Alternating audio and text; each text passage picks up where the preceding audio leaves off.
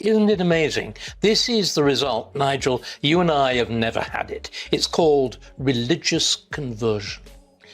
The Harry we have now is not the Harry we had then. This is not the Harry of the Invictus Games. One of the toughest historians has finally given what many believe is the last hit to Prince Harry's trustworthiness. With the weight of history supporting him, Starkey said clearly, he's destroying himself. Those 5 words did not just hurt. They struck like a hammer hitting a wall that was already falling apart. Starkey's point was very direct. Harry is not being brought down by gossip papers, by palace workers, or even by critics like Lady Colin Campbell, Angela Levin, or Tom Bower. Encouraged not to be victims. Fantastic. To go to the gym, to do something, to take control of their lives, to do what you did after a plane crash. What has he done now? He's been persuaded of the doctrine of woke. He is being ruined by what he does, by the choices he makes, by the decisions he takes, and by his constant anger. And when you see the proof, from his book Spare to his never-ending complaints to his falling world reputation, it is difficult to argue otherwise. Dr. Starkey explained Harry's story using history. A prince who was given privilege, loved by the people, but still not able to handle the heavy duty that came with it. Harry, does he actually know what Invictus means? Invictus means undefeated, not a victim. What he did with those soldiers, shot up. Instead of growing his good name as Diana's son and as the soldier prince, Harry broke it down step by step. Starkey's words sounded like a final judgment from history itself. A man who could have been great was brought down by his own actions. When Harry put out his book Spare, it was meant to be his big moment of truth. Instead, it became the reason for his fall. A religious conversion. Every value that this man believed in before is stood on its head. He has betrayed his entire past, and what we have now, we've got 2 Harrys. It is very much. Readers thought they would find wisdom, deep meaning, maybe even some healing. But what they got was anger, small complaints, and awkward personal stories. From telling how he lost his virginity in a field to making fun of his brother's hairline, the book made him look like a joke. Critics like Angela Lean said that Spare showed Harry not as brave, but as small-minded, sharing private family matters while saying he only wanted privacy. Shakespeare's Prince Hal abandons his bad side for his good. He's abandoned his good side for this new bad, whinging, wailing, destructive. Do you know what? I think we need a stronger word that you've been using. Starkey and others pointed out Harry's non-stop attacks on his father, Camilla, and William, instead of lifting himself higher. These attacks only made him look small, angry, and unfaithful. Lady Colin Campbell said that Harry's words do not damage the monarchy, they damage him. Because by choosing to cut ties with his family, he also cut ties with the people who once loved him. Harry's fall feels most sad when you think about where he started. He was once praised as the brave young man who fought in Afghanistan.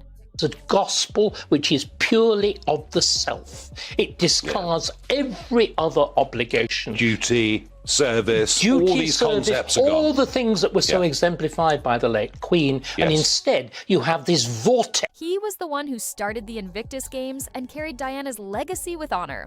Now Harry is laughed at as a complaining celebrity in Montecito.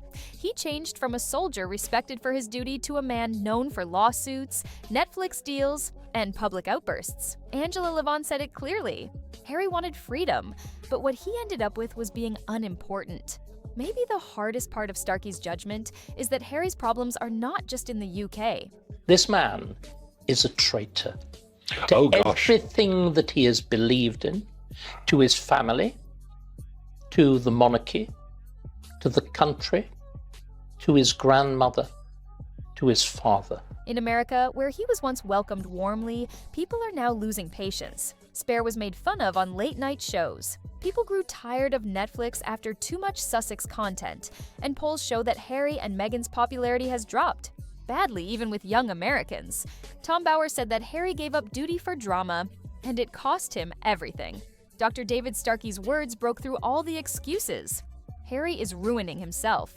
barely specks of dust. And they're not transformed into mountains. They're transformed into mountain ranges, Himalayas, lunar structures. And the sheer, finally, silliness. The book that turned against him, the attacks on his family, his change from soldier to celebrity, and his world image problem. All of it shows that Harry is not a victim of bad luck. He is the writer of his own fall. In part 2, we will look more closely at the many voices. Lady C, Angela Levin, Tom Bower, all agreeing with the same harsh ending. We will also look at Meghan's part in this collapse. Look at it. We had a dispute about a tiara, a bridesmaid's dress. Do you know what? My bedroom was smaller than my brother's. Look at this list of absolute trivia, which is, on the scale of human wrong. The public's rising anger, Starkey's links to history, and the reason Harry may already be past saving. Dr. David Starkey's words may have been the final hit, but he was not the only one to say it. In truth, his judgment only repeated what other voices like Lady Colin Campbell, Angela Levin, and Tom Bower have been saying for years. The difference now is that the voices are so loud, so united, that Harry can no longer push them aside as simple gossip. Whatsoever. I think we've directed much of our ire at Meghan over the course of the last couple of years. I think he really is the problem. It's he that's betrayed his family. Lady Colin Campbell has often said that Harry's fall would not come from the media, but from himself. She has called him a man who cannot control his anger, who cannot tell the difference between love and obsession, and who gives up duty too, easily because of complaints. To Lady C, Harry's attacks on his family were never brave acts, but signs of emotional weakness. Starkey's judgment only proved what she had warned. Harry is collapsing and pulling Meghan down with him. It wouldn't have been knocked into a dog bowl. It would have been drowned in a butt of Malmsey wine. But again, if you look at the House of York, it's exactly the same thing. It's a dispute between brothers. Yeah. And again, what's come out of all of this... Biographer Angela Levin has studied Harry for many years, even spending a year closely following him.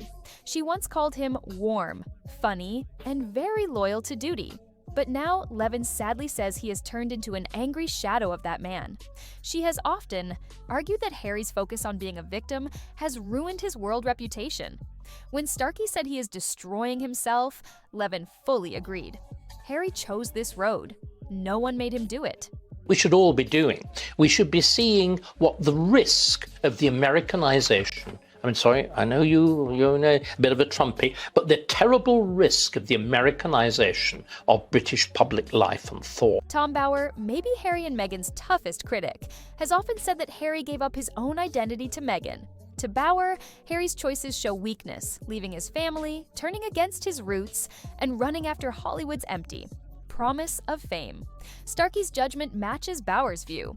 Harry ruined himself by giving away control of his life and his story. While many commentators agree that Harry caused his own fall, they also say Meghan made it happen faster. Suddenly got those fights on the back seat of the royal limousine, transformed, played in front of us, reenacted with added bitterness. And I do think, actually, I do think Meghan, when people convert, I've described it. What started as a love story soon turned into a public relations disaster. With Meghan's influence, Harry left behind his military friendships, his royal duties, and his close bond with William. All for the sake of a brand that never gave results. To critics, Meghan did not rescue Harry. She showed his weaknesses and made them bigger for the whole world to see. What makes this fall clear is the reaction of the people. Polls in the UK now rank Harry and Meghan at their lowest levels ever. And feelings matter more than facts, and all of these... My truth matters. In the US, where they were once shown sympathy, people are now tired of them. Late-night comedians make fun of them. Social media fills up with memes about them, and the press reports their projects as failures. Starkey's words, he's destroying himself, feel true because people can see it happening right now. Starkey is not just another voice. As a historian, he compared Harry's story to tragic princes from the past, men who were given great chances but wasted them because of anger, pride, or fear. In Starkey's view, Harry's story is not unusual.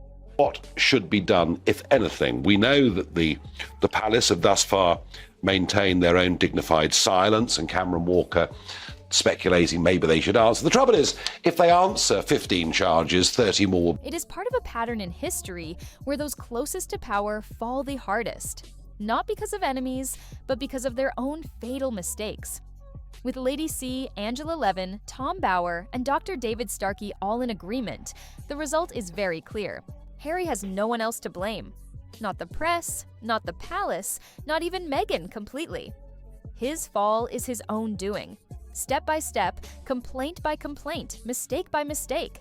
The soldier prince turned into a celebrity puppet. Diana's brave. Son turned into a warning story.